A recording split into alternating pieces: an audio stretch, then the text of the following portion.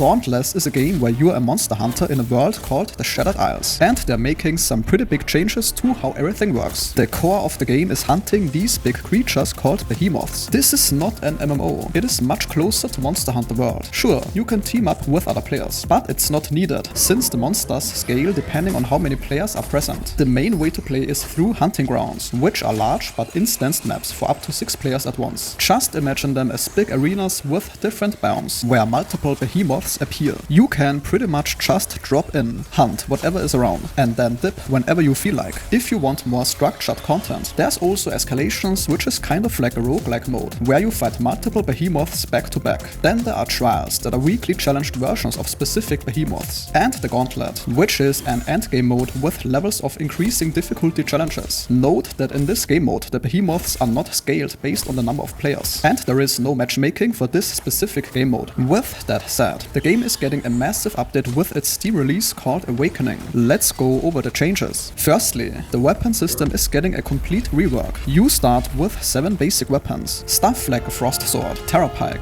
Shock Hammer and so on. And then there are 11 more special weapons. You can get them using these new weapon tokens that you can earn from playing, or you can also buy them. Because of this change, you can now carry 2 weapons at once and swap between them during fights, which lets you do combo moves or switch elements to match what you're fighting. For armor, they are changing how the whole system works. Instead of the old Reforge system, now your armor is where all your special abilities come from. You can upgrade it to level 20 and use these things called cells to lock in different perks. Just be careful, because once you put a cell into armor, you can't take it out without destroying it. They are also making the game more straightforward for new players, with updated quests that explain everything better, and the buffs are being simplified into 6 main types. These are Might, Critical, Speed, Vitality, Defense, and Endurance. There are changes to some elements. For example, Radiant and Umbral will now have elemental statuses. They have introduced this new season pass kind of thing called the Hunt Pass that has 50 levels of rewards. The free version gives you basic stuff, but if you pay for the elite version, you get better rewards and bonuses. The Awakening update introduces a new Behemoth called Karkanos, which is kind of crab-like, and you will fight it in this new dark area called Twilight's Domain.